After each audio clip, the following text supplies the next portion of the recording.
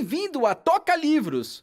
Neste vídeo, você vai ouvir um pouquinho deste grande audiolivro. Antes de continuar, inscreva-se neste canal e deixe seu like. Toca Livros apresenta Mais Esperto que o Diabo. O mistério revelado da liberdade e do sucesso. De Napoleão Hill. Editora Citadel. Narrado por Christopher Araújo. Na voz do diabo, Daniel Vidal. Produzido em 2017 por Toca Livros Studios. Toca Livros, trazendo vida aos seus livros. Medo é a ferramenta de um diabo idealizado pelo homem. A fé inabalável em si mesmo é tanto a arma que derrota esse diabo, quanto a ferramenta que o homem utiliza para construir uma vida de sucesso. E é mais do que isso. É uma conexão direta com as forças irresistíveis do universo que apoiam um homem que não acredita em fracassos e derrotas, senão como experiências meramente temporárias. Napoleão Hill.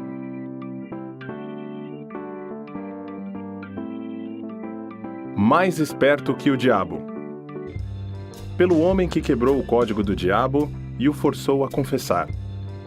O mais corajoso e inspirador de todos os livros de autoconhecimento, escrito pelo filósofo de sucesso número 1 da América, que, após 30 anos de pesquisas, achou o diabo e arrancou dele uma confissão fantástica, revelando onde ele mora, por que ele existe, como ele ganha o controle da mente das pessoas e, o principal, como qualquer um pode vencê-lo. Este livro é um curso generoso em psicologia, deixando claros os princípios de como funciona a mente humana. Quando você terminar essa história do diabo, você saberá muito mais sobre Deus. Por Napoleão Hill. Autor de Pense e Enriqueça.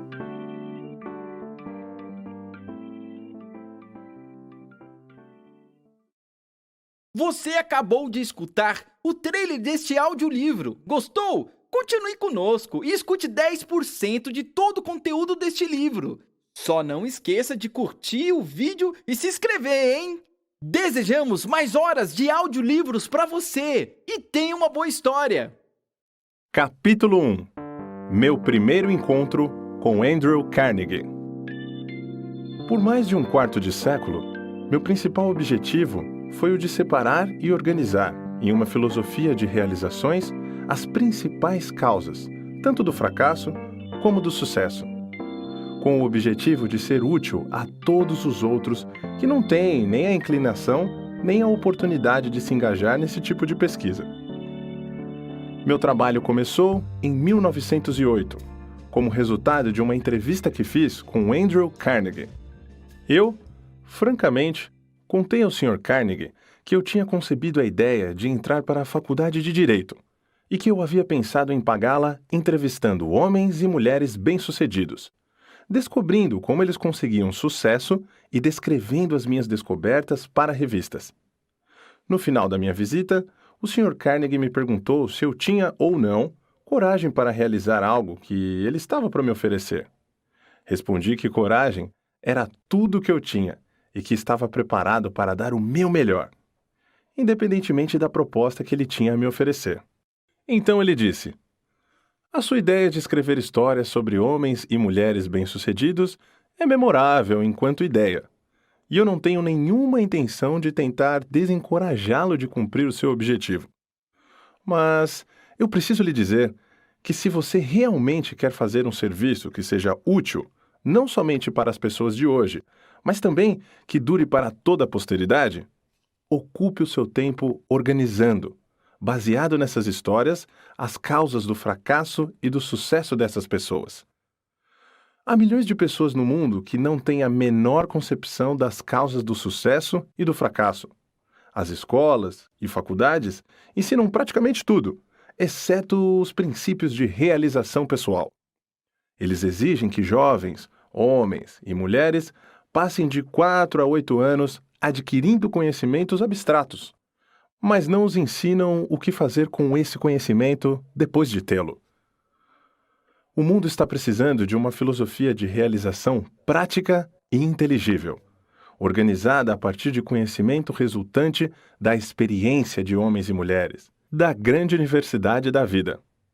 Em todo o campo da filosofia, eu não encontro nada que se assemelhe ao tipo de filosofia que tenho em mente. Nós temos muito poucos filósofos que são capazes de ensinar a homens e mulheres a arte de viver.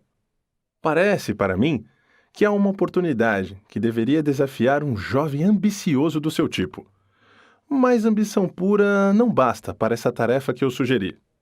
Aquele que ousar seguir minha sugestão deverá ter coragem e tenacidade. O trabalho demandará pelo menos 20 anos de esforço contínuo, durante o qual aquele que topar terá que ganhar a vida com outra fonte de renda, porque esse tipo de pesquisa nunca é lucrativo no seu início. E, geralmente, os poucos que se aventuram a contribuir para a civilização através de trabalhos dessa natureza tiveram que superar 100 anos ou mais após seus próprios funerais para receber conhecimento pelo seu feito. Se você prosseguir com esse trabalho, deve entrevistar não somente os poucos que foram extraordinariamente bem-sucedidos, mas também os muitos que fracassaram. Você deve cuidadosamente analisar milhares de pessoas que foram classificadas de fracassadas. E eu quero dizer, com o termo fracassado, homens e mulheres que chegam aos estágios finais de suas vidas desapontados, porque não conseguiram alcançar as metas que haviam se proposto de coração. Tão inconsistente como parece ser, você aprenderá muito mais como ser bem-sucedido a partir dos fracassos do que com o tão chamado sucesso. Eles lhe ensinarão o que não fazer. Na parte final da sua pesquisa, se você conseguir com sucesso manter o foco, fará uma descoberta que poderá ser uma grande surpresa. Descobrirá que a causa para o sucesso não é algo separado e longe do homem, mas que é uma força tão intangível da natureza que a maioria dos homens nunca a reconhece. Uma força que pode ser muito bem chamada de outro eu. O mais interessante é o fato de que esse outro eu raramente exerce sua influência ou se faz conhecer, exceto em momentos de emergência. Quando os homens são forçados, por meio das adversidades e das derrotas temporárias, a mudar seus hábitos e pensar estratégias para sair das dificuldades. Minha experiência me ensinou que um homem nunca está tão perto do sucesso como quando o que ele chama de fracasso toma conta da sua vida. Porque nessas ocasiões ele é forçado a pensar. Se ele pensar com exatidão e com persistência, vai descobrir que aquilo que ele chama de fracasso, na verdade, nada mais é que um sinal para elaborar um novo plano ou objetivo. A maior parte dos fracassos reais se deve a limitações que os homens impõem a si mesmos em suas próprias mentes. Se eles tivessem a coragem de ir mais um passo à frente, eles descobririam os seus próprios erros. Começando uma vida nova. O discurso do Sr. Carnegie reformulou a minha vida por completo e plantou em minha mente um desejo ardente que me orientou sem cessar. Isso aconteceu mesmo eu não tendo a mais vaga ideia do que significava o termo "o outro eu". Durante o meu trabalho de pesquisa, nas causas de fracasso e sucesso, tive o privilégio de analisar mais de 25 mil homens e mulheres, que eram rotulados de derrotados, e mais de 500 que eram classificados de bem-sucedidos.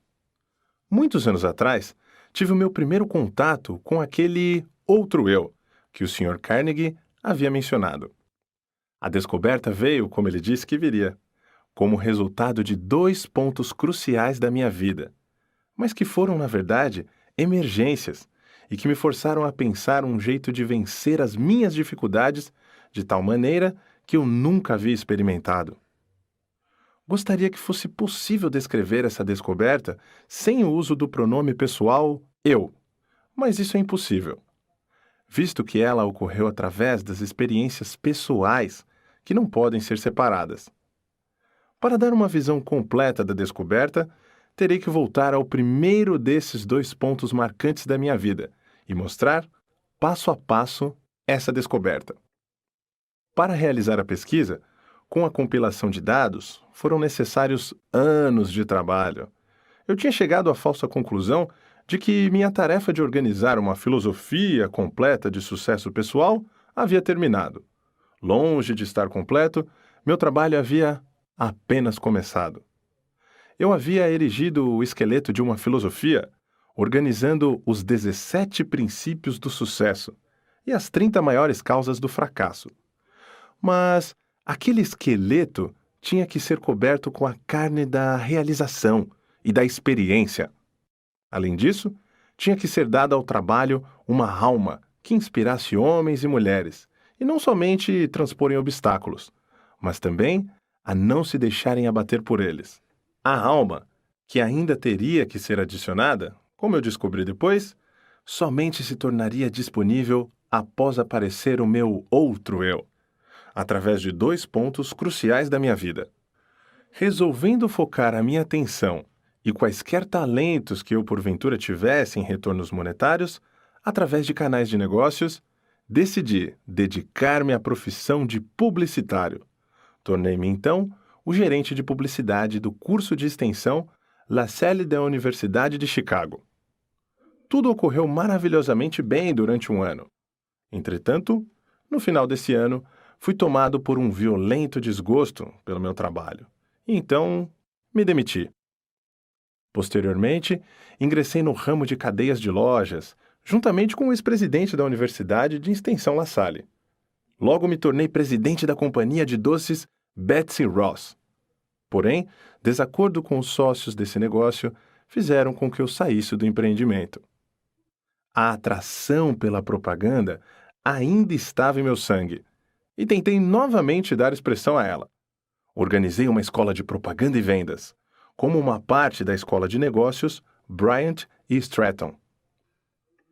O empreendimento navegava em águas tranquilas e muito dinheiro entrava rapidamente. Foi então que os Estados Unidos tomaram parte da Primeira Guerra Mundial, em resposta a um chamado interior que palavras não conseguem descrever. Saí da escola e entrei para o serviço do governo dos Estados Unidos, sob a direção pessoal do presidente Woodrow Wilson, deixando um negócio fantástico desintegrar-se.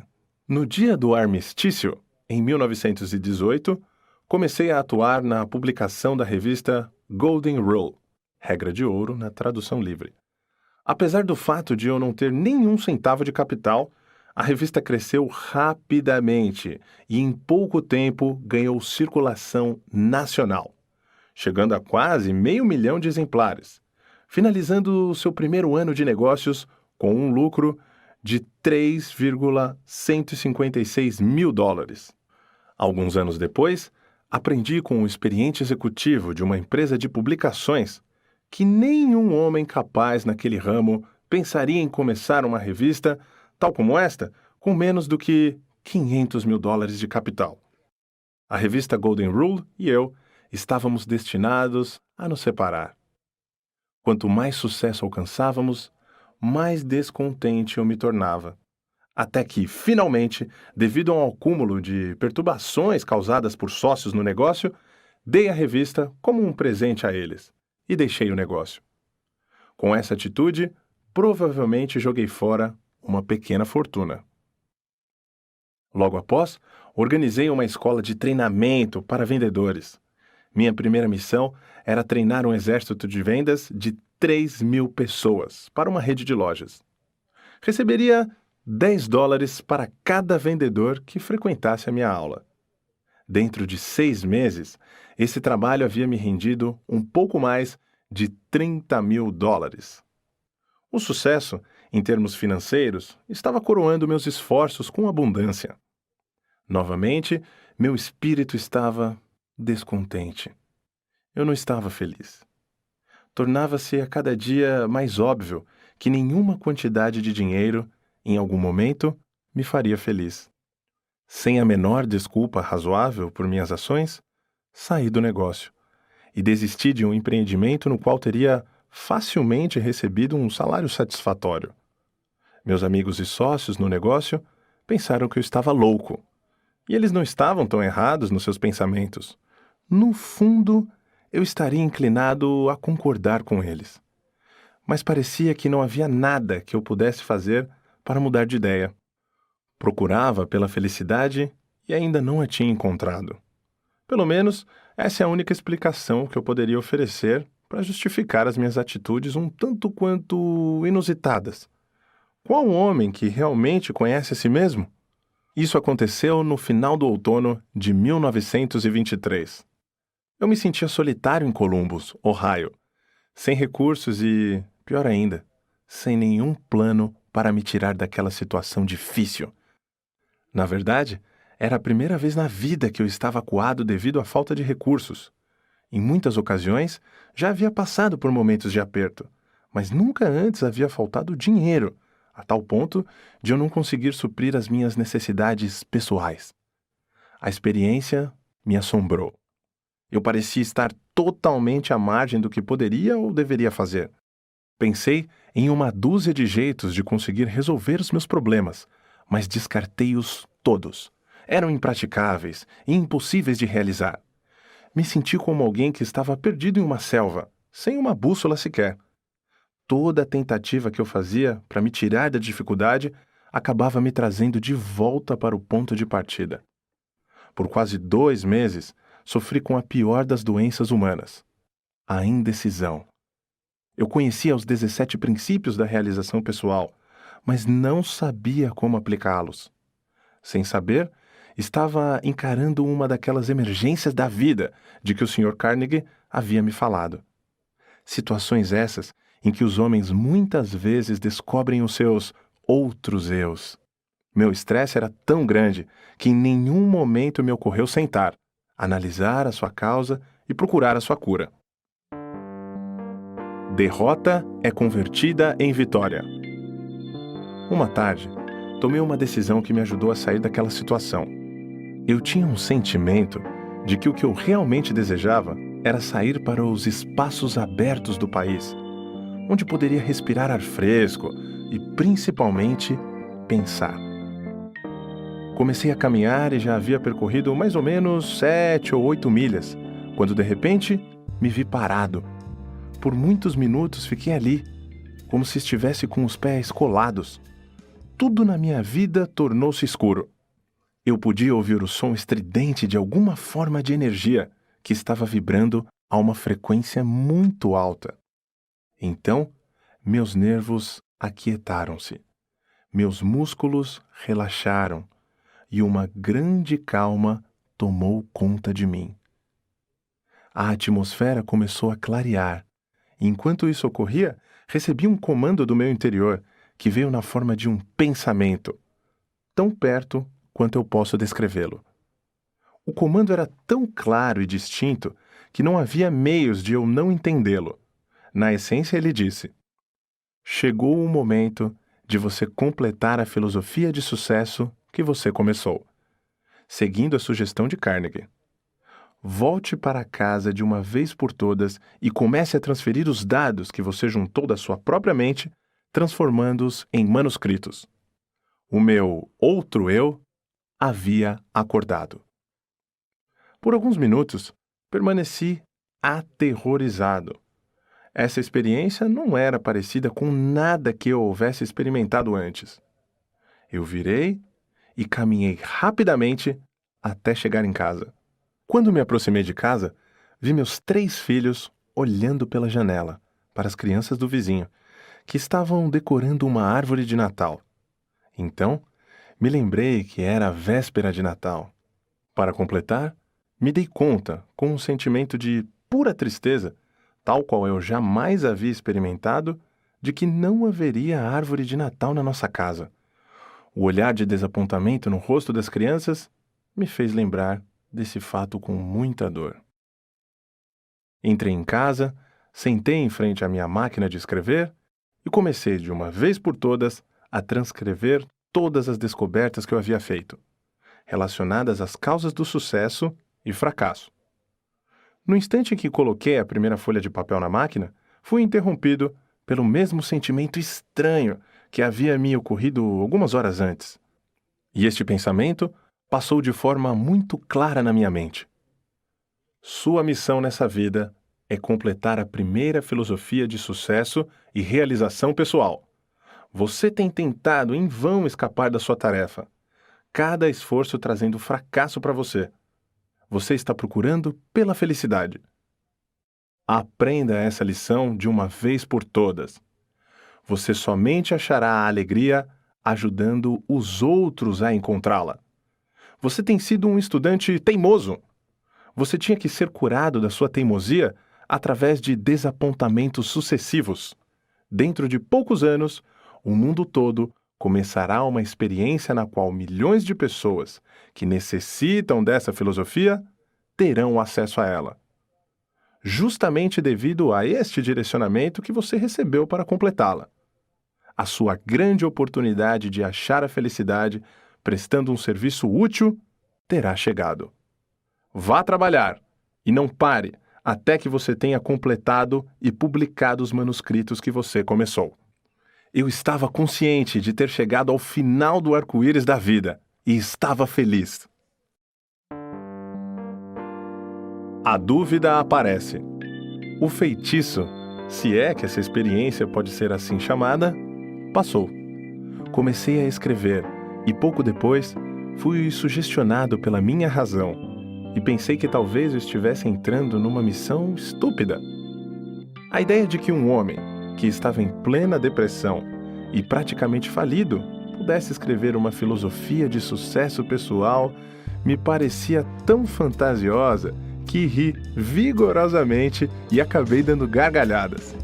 Me arrumei na cadeira, passei os dedos pelo meu cabelo e tentei criar um álibi que justificaria à minha própria mente que eu deveria tirar o papel da máquina de escrever antes de começar. Mas a vontade de continuar era muito mais forte do que o desejo de desistir, e acabei me reconciliando com a minha tarefa e segui em frente. Olhando aos eventos passados, agora sob a ótica de tudo o que aconteceu, posso ver que essas pequenas experiências de adversidade pelas quais passei foram entre as mais enriquecedoras e lucrativas de todas as minhas vivências. Elas, na verdade, foram bênçãos que me forçaram a continuar um trabalho que finalmente me trouxe uma oportunidade para me fazer mais útil ao mundo do que eu jamais teria sido, caso tivesse sido bem-sucedido em quaisquer planos ou objetivos anteriores. Por quase 3 meses, trabalhei nesses manuscritos, finalizando-os durante o começo de 1924. Assim que os completei, me senti novamente compelido a voltar ao grande jogo dos negócios americanos. Sucumbindo ao meu desejo, comprei a Faculdade de Negócios Metropolitana em Cleveland, Ohio, e comecei a organizar os planos para aumentar a sua capacidade. No final de 1924, tínhamos desenvolvido e expandido, adicionando novos recursos. Havia dobrado os números, considerando o melhor momento que a escola já havia vivido. Novamente, o germe do descontentamento começou a se fazer sentir em meu sangue.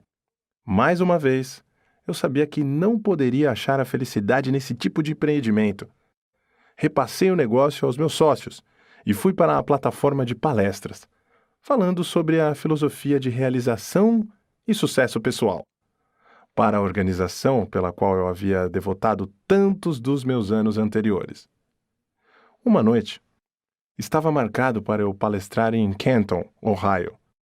O destino, ou o que quer que algumas vezes pareça moldar o futuro dos homens, não importasse o quanto eu tentasse lutar contra ele, novamente me colocou cara a cara com uma nova e muito dolorosa experiência. No meu auditório em Canton, estava sentado Don Mallet, responsável pela publicação do Canton Daily News. O Sr. Mallet ficou tão interessado na filosofia de realização e sucesso pessoal da minha palestra naquela noite, que me convidou para visitá-lo no dia seguinte.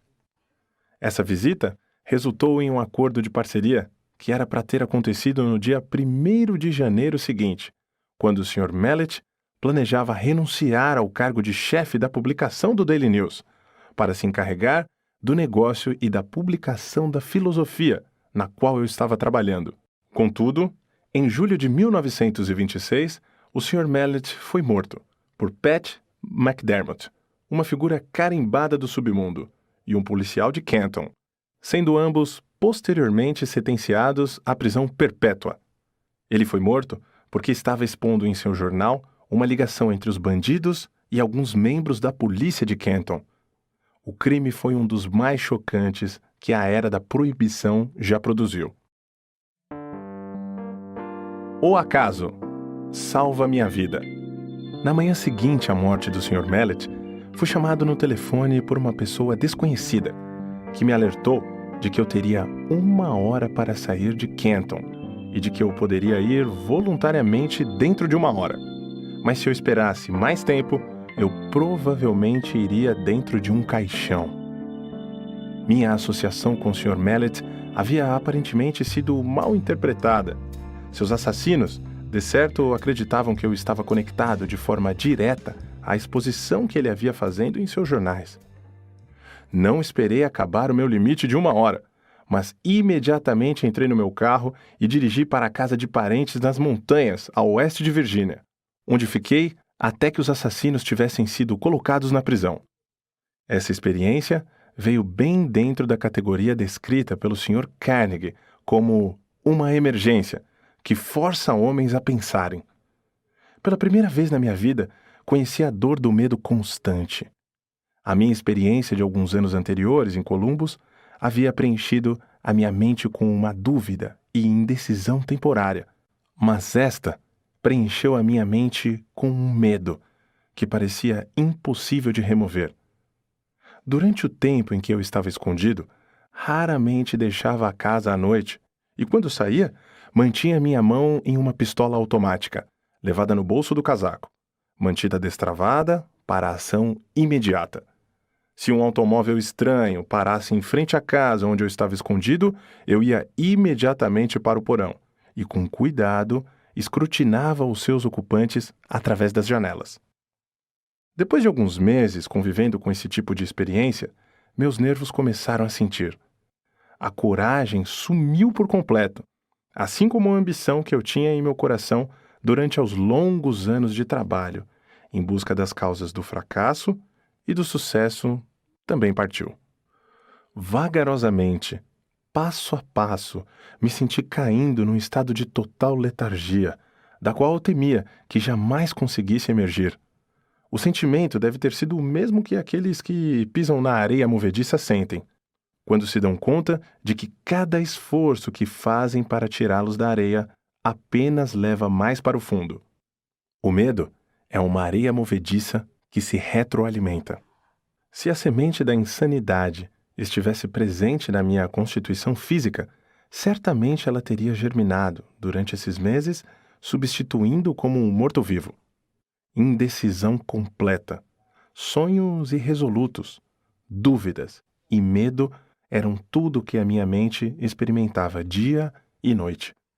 A emergência que eu encarei fora desastrosa por 2 motivos. Primeiro, a verdadeira natureza dessa emergência me manteve num estado de constante indecisão e medo. Segundo, esse enclausuramento forçado me deixou em um estado de tensão constante. Eu tendia a me preocupar com o peso do tempo que passava. A minha faculdade da razão tinha sido quase paralisada. Me dei conta de que precisava trabalhar a minha mente para sair desse estado mental. Mas como?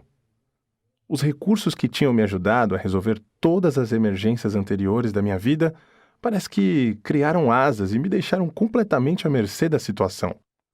Além de todas as dificuldades que eu estava enfrentando até esse momento, outra situação que parecia mais dolorosa que todas as outras combinadas surgiu. Era a tomada de consciência de que eu havia gasto a maior parte dos meus últimos anos em busca do arco-íris, procurando aqui e lá pelas causas do sucesso, e me achando agora, neste exato momento, mais fraco e incapacitado do que qualquer uma das 25.000 pessoas, as quais eu havia julgado como sendo fracassados. Esse pensamento era quase enlouquecedor. Além disso, era também extremamente humilhante, porque eu estava palestrando por todo o país em escolas e faculdades e para organizações do comércio, tentando contar às outras pessoas como aplicar os 17 princípios do sucesso, enquanto aqui estava eu, incapaz de aplicá-los para mim mesmo. Estava certo de que nunca mais poderia encarar o mundo com um sentimento de confiança. Toda vez que eu me olhava no espelho, notava uma expressão de desgosto próprio na minha face, e, frequentemente, disse coisas ao homem no espelho que não devem ser escritas. Eu havia começado a tomar o lugar na categoria dos charlatões, que oferecem a outros um remédio para a cura que eles não conseguem aplicar com sucesso a si mesmos. Os criminosos que assassinaram o Sr. Mallet foram julgados e mandados para a prisão perpétua. Por isso, seria perfeitamente seguro, considerando onde eles estavam, sair do meu esconderijo e novamente tocar o meu trabalho. Contudo, não conseguia sair porque agora encarava circunstâncias mais aterrorizantes do que aquela que havia sido criada pelos assassinos. A experiência destruíra qualquer tipo de iniciativa que eu havia possuído.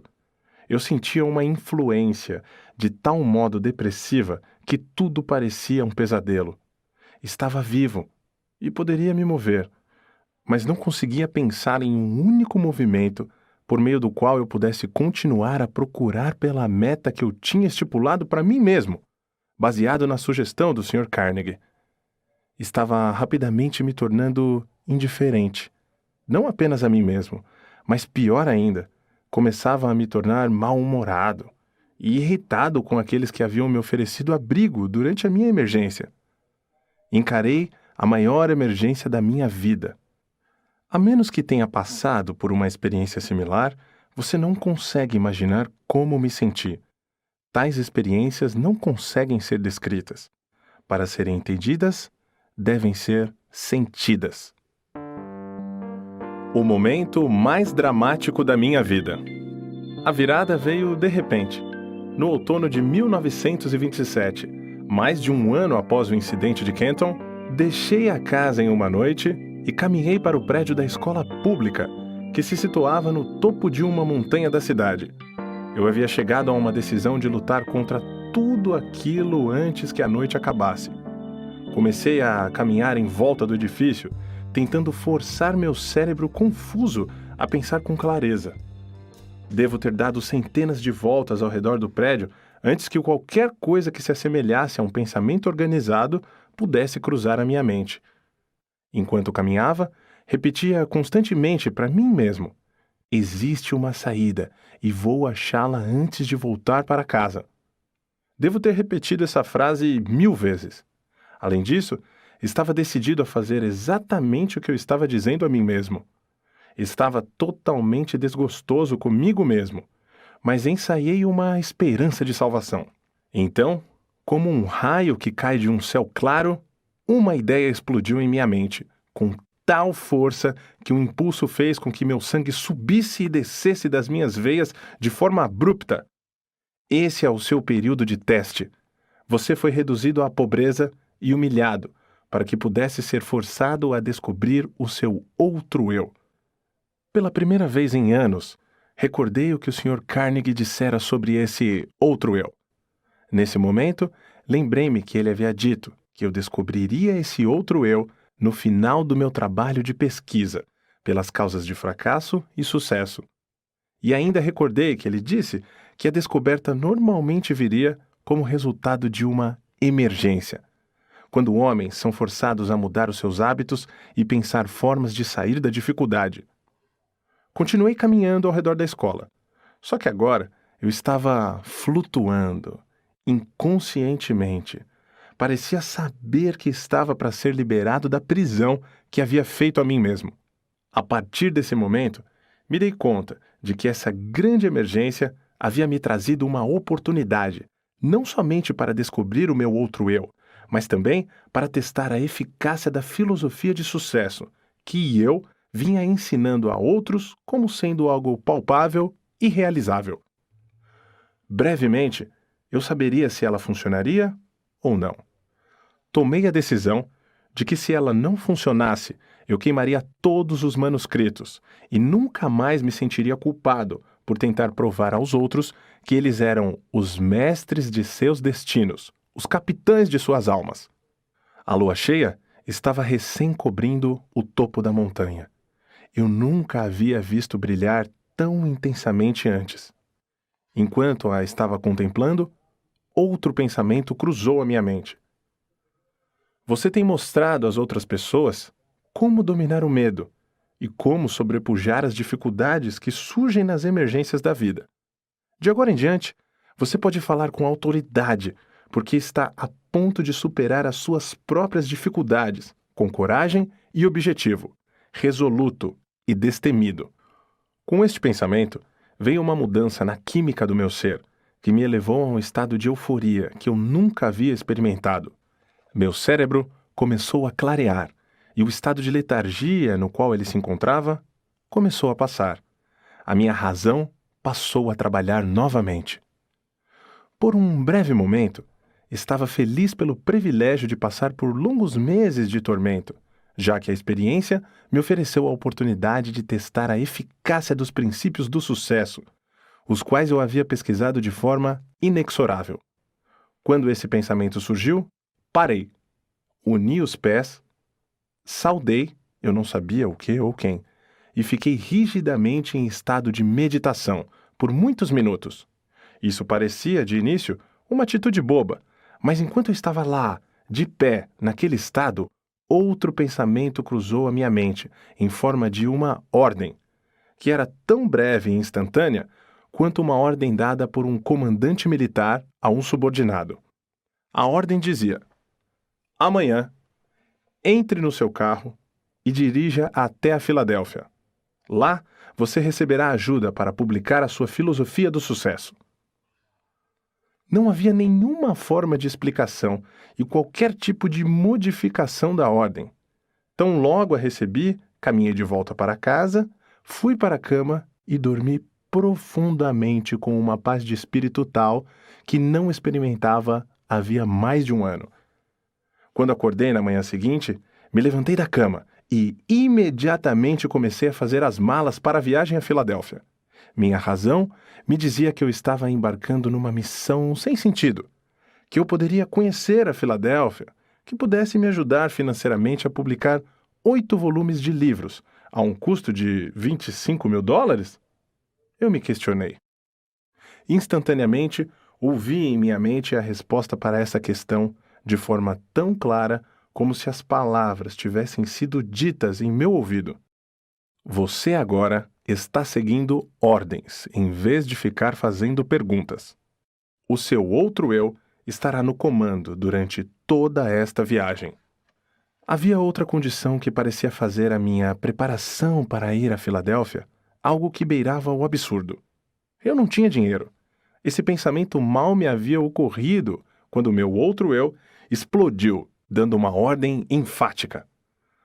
Peça para o seu cunhado $50 e ele emprestará para você. A ordem parecia definitiva e final. Sem qualquer hesitação, segui as instruções. Quando pedi o dinheiro ao meu cunhado, ele disse: claro, certamente eu vou lhe emprestar os 50, mas se você vai para tão longe, seria melhor levar $100. Agradeci a ele e disse que $50 seriam suficiente. Sabia que não bastava, mas essa era a quantia que o meu outro eu havia me ordenado a pedir, e foi exatamente isso que fiz. Eu estava bastante aliviado quando me dei conta de que meu cunhado não ia me perguntar por que eu estava indo para Filadélfia. Se ele soubesse tudo o que havia se passado pela minha mente na noite anterior, talvez pensasse que eu deveria ir para um hospital psiquiátrico, em vez de sair em busca do pote de ouro no final do arco-íris. Meu outro eu assume o comando. Parti com a minha cabeça me dizendo que eu era um idiota. E meu outro eu me ordenando ignorar o desafio e seguir as instruções. Dirigi a noite inteira, chegando a Filadélfia na manhã seguinte. Meu primeiro pensamento foi o de procurar uma pensão, onde eu pudesse alugar um quarto de $1 por dia. Nesse momento, novamente o meu outro eu tomou conta e ordenou que eu me hospedasse no hotel mais luxuoso da cidade. Com um pouco mais de $40 no bolso, que era o que restava do meu capital, parecia mais um suicídio financeiro, quando caminhei até o balcão e pedi por um quarto. Ou, devo dizer, quando comecei a pedir por um quarto, meu recém-descoberto outro eu me ordenou pedir a melhor de todas as suítes. O custo dessa suíte consumiria o meu capital em 2 dias. Obedeci. O carregador de malas pegou a minha bagagem, me entregou o ticket do estacionamento do meu automóvel e me conduziu até o elevador, como se eu fosse o príncipe de Gales.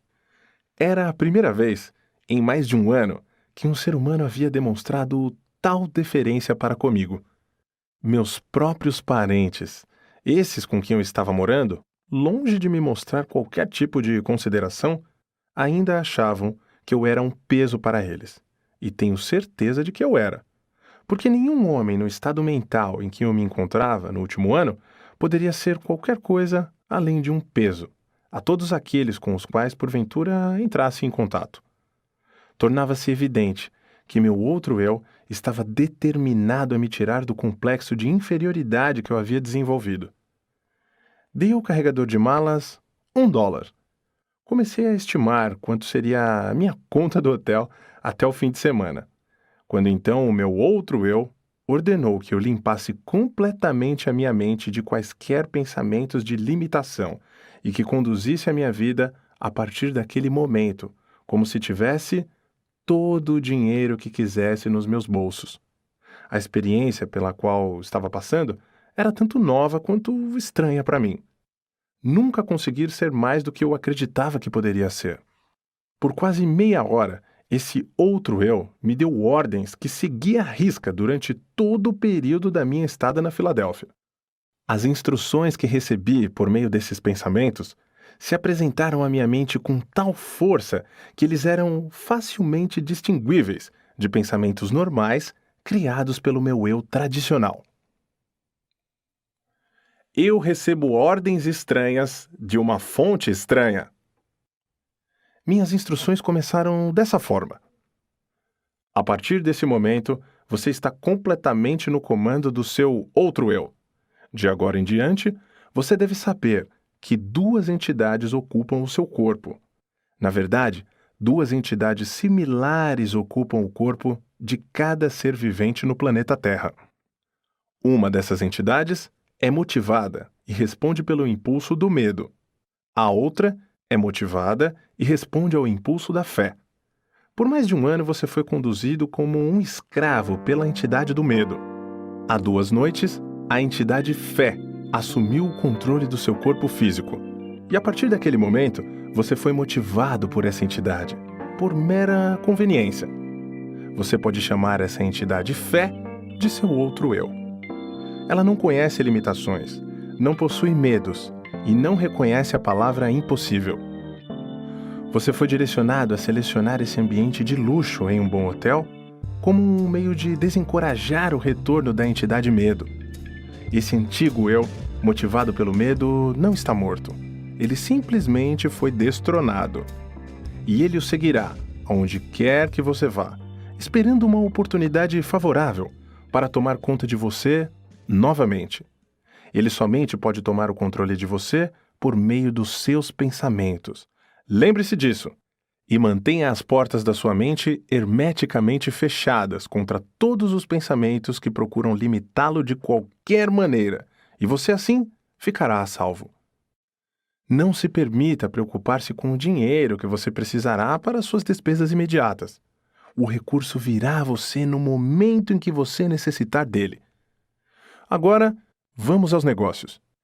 Antes de qualquer coisa, você deve saber que a entidade fé, que agora está no comando do seu corpo, não faz nenhum tipo de milagre e também não trabalha em oposição a nenhuma das leis da natureza. Enquanto ela estiver no comando do seu corpo, ela o seguirá, sempre que você a chamar, através de impulsos de pensamentos que cruzarão pela sua mente e o ajudarão a realizar todos os seus planos de maneira mais natural, conveniente e lógica possível. Acima de qualquer coisa, tenha esse fato claramente fixado na sua mente, que o seu outro eu não fará o trabalho por você. Ele somente o guiará inteligentemente no caminho para você conquistar todos os seus objetivos e desejos. Esse outro eu o ajudará a transformar todos os seus planos em realidade. Além disso, você deve saber que ele começa sempre com o seu maior ou mais pronunciado desejo. Nesse momento, o seu maior desejo, aquele que o trouxe até aqui, é publicar e distribuir os resultados da sua pesquisa nas causas de sucesso e fracasso. A sua estimativa é de que serão necessários aproximadamente $25 mil. Entre os seus conhecidos, há um homem que estará disposto a investir o capital necessário. Comece de uma vez a imaginar e focar o nome de todas as pessoas do seu círculo de conhecidos que poderiam, de alguma maneira, ser induzidos a fornecer a ajuda financeira de que você está precisando. Quando o nome da pessoa certa vier à sua mente, você o reconhecerá imediatamente. Entre em contato com essa pessoa e a ajuda que você procura será dada. Nos seus argumentos, contudo, apresente o seu pedido e uma terminologia tal que você usaria numa transação usual de negócios.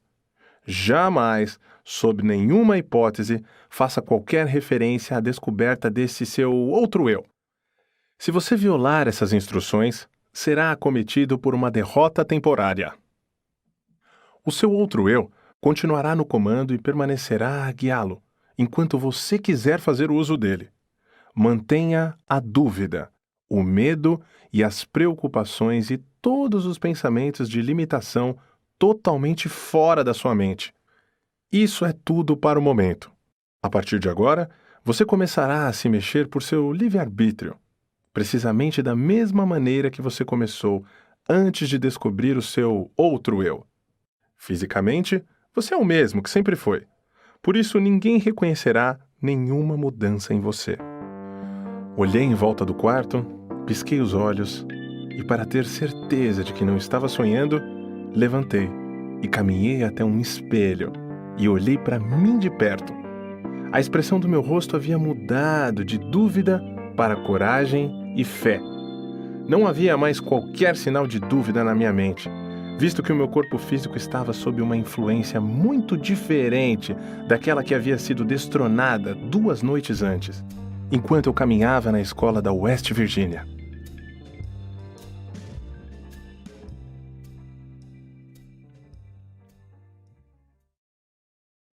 Você acabou de escutar um pouco deste audiolivro. Para escutar este audiolivro completo, acesse tocalivros.com ou baixe o aplicativo da Toca Livros. Não esqueça de se inscrever no canal e curtir nossos vídeos. Toda semana, um título novo para você escutar. Desejamos mais horas de audiolivros para você. Até a próxima história! Bem-vindo a Toca Livros! Neste vídeo, você vai ouvir um pouquinho deste grande audiolivro. Antes de continuar, inscreva-se neste canal e deixe seu like. Toca Livros apresenta Mais Esperto que o Diabo. O mistério revelado da liberdade e do sucesso. De Napoleão Hill. Editora Citadel. Narrado por Christopher Araújo. Na voz do diabo, Daniel Vidal. Produzido em 2017 por Toca Livros Studios. Toca Livros, trazendo vida aos seus livros. Medo é a ferramenta de um diabo idealizado pelo homem. A fé inabalável em si mesmo é tanto a arma que derrota esse diabo, quanto a ferramenta que o homem utiliza para construir uma vida de sucesso. E é mais do que isso. É uma conexão direta com as forças irresistíveis do universo que apoia um homem que não acredita em fracassos e derrotas, senão como experiências meramente temporárias.